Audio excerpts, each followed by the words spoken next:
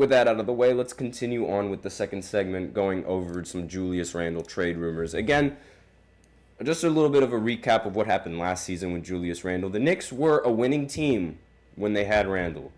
Once they lost Randle, they were still a winning team.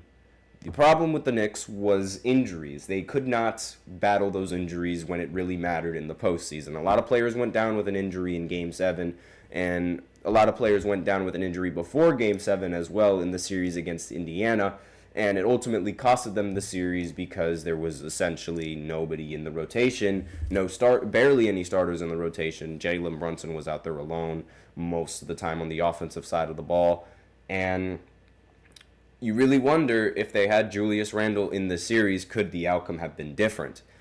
And is Julius Randle a value to the Knicks? And is he essential to the Knicks and their advancing and actually making it past the second round? Because that's been a bugaboo of the Knicks for a very long time. When they're playoff teams, they usually only are able to make it to the second round and nothing more. It was like that during the era with Carmelo Anthony. They barely made it to they made it to the second round, but then once they got to the second round, they ultimately lost to a much better team, which ironically was the Pacers as well. And they also lost in the first round to the Miami Heat. Again, Melo couldn't really match up against LeBron all that well. LeBron's just a phenomenal athlete, and it's already a given task to ask to guard LeBron, especially when you're Carmelo Anthony, who's already a bad defender as it is. But aside from that, again, like the Knicks, and every single time the Knicks make it into the postseason, they always have that bugaboo. And quite frankly, in my honest opinion, I do have faith in the Knicks, and I hope that they end up making it far. And the Nets are in a full rebuild, so the only other New York team to root for is going to be the Knicks in the postseason. And really, my thoughts on it is that it is almost impossible for the Knicks to actually make it far because of where they play in Madison Square Garden. It's like the mecca of basketball, and everybody wants to have their best game in the Garden. And this is sort of it's just a trend that it happens. Everybody wants to play phenomenally at the Garden, and they're sort of inspired by playing in the Garden, it feels like it. And when you have to play when you have to play every single game in your home court super serious because the other team wants to be super serious in front of all the tourists in New York, then you're going at 100% in every single home game, when in the reality it's going to not only wear you down, but it'll also affect you in the postseason. That's just my thought right there. Let me know in the comments what you guys think playing in Madison Square Garden, if that does have an effect on the Knicks in the postseason. But aside from that, trade rumors regarding Julius Randle, now is not really the best time, because if the Knicks trade Julius Randle, I'm not even getting into the article yet, I'm just doing a hypothetical. If they do end up trading Julius Randle, they have to hope that they get some sort of defensive-minded center in return, because Mitchell Robinson has just been ruled out of the season, for the beginning of the season. He's not out for the entirety of the season, but his injury is most likely going to keep him sidelined at least until January, or even at most until January. We're not entirely sure on the injury timetable, but not having Mitchell Robinson is a big concern for the Knicks. And it's now that they lost Isaiah Hartenstein to Oklahoma City, who is going to be the anchor on the defensive side of the ball that is going to hold the team down together on the defensive end and actually guard the big men. Julius Randle is going to be one of the very few big men that the team actually has. And if the Knicks are going to be discussing trade talks, they're going to have to at least acquire a center or a competent power forward that can defend the rim while, the rest of the players actually end up scoring. Because, OG guarding a center, that does not sound ideal at all. And I know they have pretty good offensive rebounders, with Josh Hart and OG respectively, and again, their rebounding is incredibly valuable, but I don't know if that's going to be a position that you want to maintain long term. So, going into this article, Randle's Knicks finished second in the East, but his injury kept him out of the 2024 playoffs, resulting in a semifinal exit. Randle has been key to their success, helping drive deep playoff runs and nearly reaching Eastern Conference Finals last season despite missing games due to injury.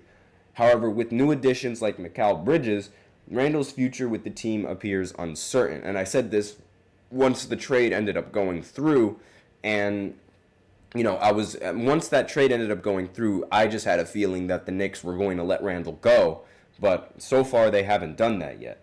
However, and the Knicks are it seems to be like the Knicks are shifting their strategy, shifting the strategy and what they're going for with this Villanova squad. It seems like that Randle's position on the spot might be in jeopardy. Now, although he's been a key player, the team is still exploring some trade offers, and one of the teams that is legitimately interested in Julius Randle is Charlotte Hornets. According to Basketball Forever on X, formerly known as Twitter, Charlotte Hornets is the best landing spot for Julius Randle in the event he no longer fits into the system at New York.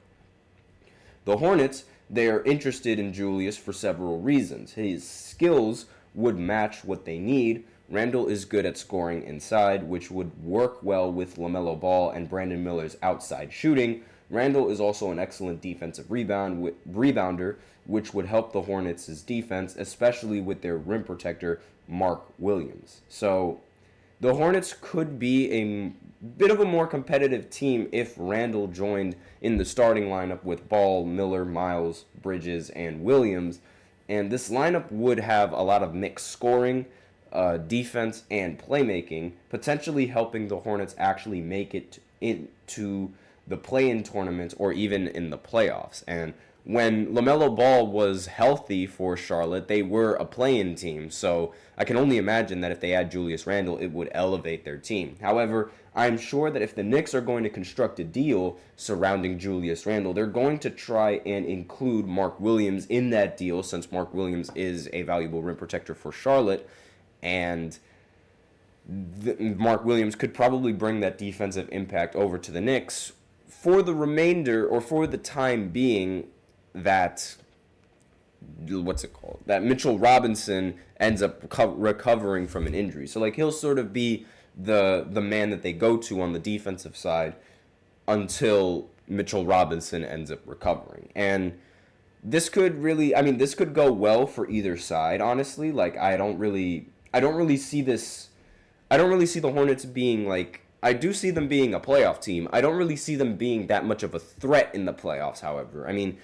One thing about Julius Randle that I absolutely will not defend is how he's played in the postseason. He's rather inconsistent. He has memorable moments, like that game winner against the Miami Heat. That was a very great shot, or I think it was Cleveland. I forget exactly which team it was, but this wasn't last year. This was a few years ago, and yeah, Julius Randle, he did win the game for the Knicks, but at the end of the day, it's that was really the only highlight I can remember of Julius Randle in the postseason, because most of his performances are rather mediocre and not what we usually expect a player like him to elevate in the postseason, or at least do a lot better in the postseason than what he's been doing. And sad to say, he has not been doing better in the postseason, and this injury that he had going into the postseason only makes it worse, because you're sort of being a liability when you're constantly getting injured in the postseason than a reliability. And this is the same problem that I've had with Joel Embiid, just constantly not being there for the team in the postseason. And a lot of Philly fans are going to be like, oh, but he gets hurt all the time, so it's you can't really blame him for losing the series when he's injured. I can if he gets injured in every single postseason.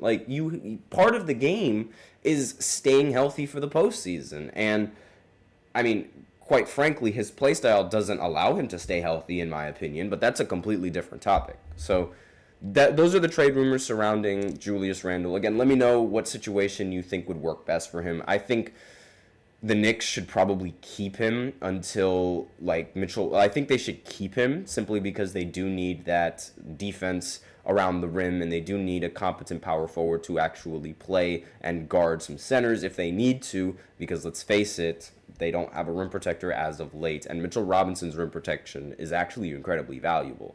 So they just have to hold off until then, and I think that's when their season is going to really take off. So that's all I have for the second segment, and now we're going to go ahead into a short break, and after that break, we're going to talk about Zach LaVine And recent reports on the Bulls and Zach LaVine and how their relationship is going, because there was a lot of talk about Zach LaVine being traded, and I'm just going to go ahead and sort of revisit that conversation right after the short break, so be sure to stay tuned. Looking for your daily fix of sports talk without having to pay for it? GSMC Sports Network is available on YouTube. Just search GSMC Sports Network. Get your fix of daily sports talk shows on YouTube, absolutely free. NFL, college football, NBA, MLB, MMA, UFC, fantasy football, and so much more. GSMC Sports Network has shows running all day long, with new sports shows starting every 2 hours. Just like on your favorite cable sports channel, except GSMC Sports Network is absolutely free. Just search GSMC Sports Network on YouTube to catch one of your new favorite shows, like the GSMC College Football Podcast, Chip Shot Football Podcast, Hoops and Heels Women's Sports Podcast, GSMC Basketball Podcast, and so many more. Check it out for yourself. GSMC Sports Network, now available on YouTube absolutely free. Search GSMC Sports Network on YouTube right now.